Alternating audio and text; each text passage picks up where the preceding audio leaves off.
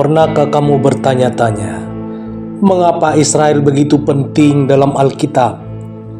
Dalam Perjanjian Lama hingga Perjanjian Baru, bangsa ini selalu menjadi pusat dari banyak peristiwa besar dalam sejarah iman kita.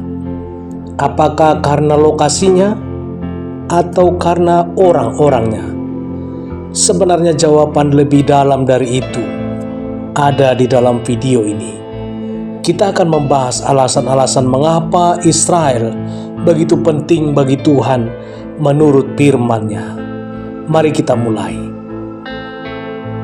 Mengapa Israel begitu istimewa di mata Tuhan? Dari zaman Abraham hingga zaman Yesus, Israel memiliki peran besar dalam rencana Tuhan bagi dunia. Mari kita lihat beberapa alasan mengapa Israel begitu penting menurut Alkitab. Yang pertama, Israel adalah janji Tuhan kepada Abraham. Dalam Kejadian 12 ayat 2-3, Tuhan berjanji kepada Abraham bahwa keturunannya akan menjadi bangsa yang besar dan diberkati. Janji ini bukan hanya untuk Abraham sendiri, tetapi juga bagi seluruh dunia, karena melalui Israel, Tuhan akan memberkati bangsa-bangsa.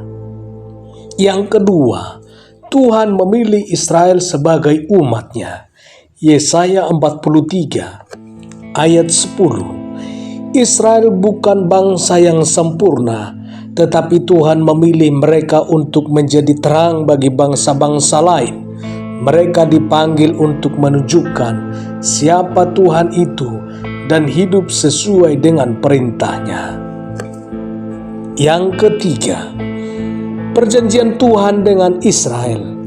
Keluaran 19 ayat 5-6. Tuhan membuat perjanjian dengan Israel di Gunung Sinai, menetapkan mereka sebagai umat yang kudus melalui hukum Taurat. Tuhan membimbing mereka agar hidup sesuai dengan kehendak-Nya. Yang keempat, Yerusalem sebagai tempat kediaman Tuhan. Dalam 1 Raja-Raja 8 ayat 1-66, Yerusalem bukan hanya kota biasa, disinilah bait Allah didirikan, tempat Tuhan menyatakan hadirat-Nya kepada umat-Nya.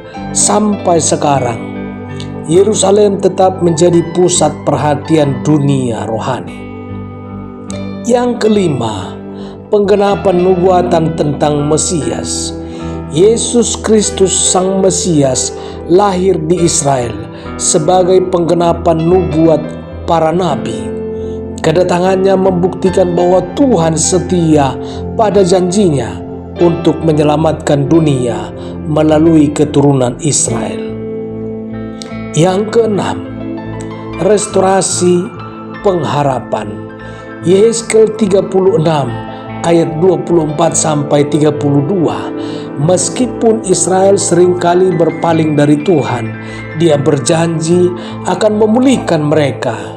Pemulihan ini bukan hanya tentang tanah mereka, tetapi juga tentang hubungan mereka dengan Tuhan. Yang ketujuh, simbol kasih Tuhan. Israel sering menjadi gambaran bagaimana kasih Tuhan tetap ada meskipun umatnya jatuh dalam dosa.